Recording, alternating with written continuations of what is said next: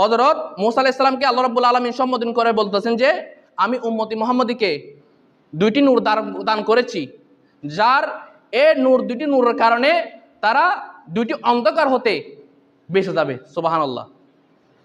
তখন হযরতে মূসা আলাইহিস সালাম আল্লাহ রাব্বুল আলামিনের কাছে আরজ করলেন, হে আল্লাহ রাব্বুল আলামিন, এই দুটি নূর কি?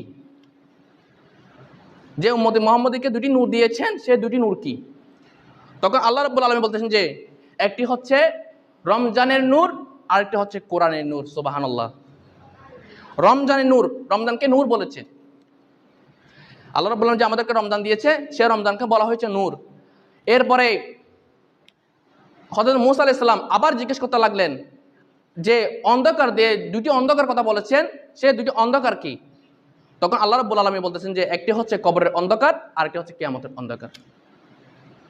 তাহলে আমাদেরকে যে রমজানের নূর বলা হয়েছে, অর্থাৎ রমজানে যে ব্যক্তি সঠিকভাবে রমজান রোজাগুলো আদায় করবে এবং গুনাহ কাজ হতে নিজেকে বিরত রাখবে, সে কাল কিয়ামতে এবং কাল কবরে যখন তার মৃত্যু হয়ে যাবে, কবর জিন্দেগির মধ্যে সে অন্ধকার হতে বেঁচে যাবে। সুবহানাল্লাহ।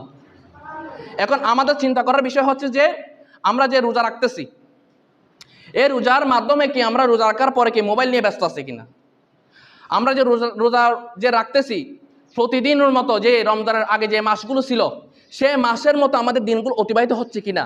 যে আমরা দোকানে যেতাম, আমরা বিভিন্ন জায়গায় গিয়ে আড্ডাবাজি করতাম, বিভিন্ন জায়গার মধ্যে সময় নষ্ট করতাম, নামাজের সময় হলে আমরা তা খেয়াল করতাম না, নামাজের আজান শুনলে আমরা তা গুরুত্ব দিতাম না, আমাদের কাজে আমরা মগ্ন থাকতাম। আমরা কোনো ব্যবসার কাজে, আমরা কোনো নিজেদের কাজের মধ্যে আবদ্ধ রেখেছি কিনা, বা প্রতিনিয়তের মতো আমরা কি গুনাহ করতেছি কিনা, নাকি আমরা কোনো নেতার পিছনে ঘুরে ঘুরে নিজের সময়কে নষ্ট করতেছি কিনা? এখন আমাদেরকে সে নূরকে গ্রহণ করতে হলে, সে কবর হতে বাঁচতে হলে, সে অন্ধকার হতে বাঁচতে হলে আমাদেরকে সেই আল্লাহ রাব্বুল আলামিন যে রোজা রাখতে বলছেন, গুনাহ কাজ হতে পরিত্রাণ পাওয়ার জন্য বলেছেন, সেই গুনাহ কাজ থেকে আমাদেরকে দূরে থাকতে হবে।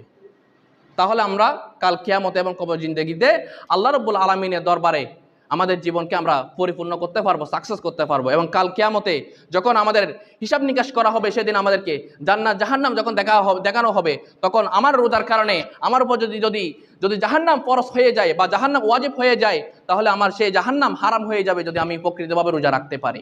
সঠিক নিয়মে যদি আমরা রোজা রাখতে পারি, তাহলে কাল কিয়ামতে আমাদেরকে জাহান্নাম থেকে আমাদের পরিত্রাণ পেয়ে আমাদেরকে জান্নাত আল্লাহ রাব্বুল আলামিন দান করবে। আল্লাহ আমাদেরকে জান্নাত পাওয়ার তৌফিক দান করুক। সকল বলুন আমিন। হয় বা রোজা আমার আদায় হতে হয়, তাহলে আমাদেরকে পূর্বে সকল কাজ ছাড়তে হবে।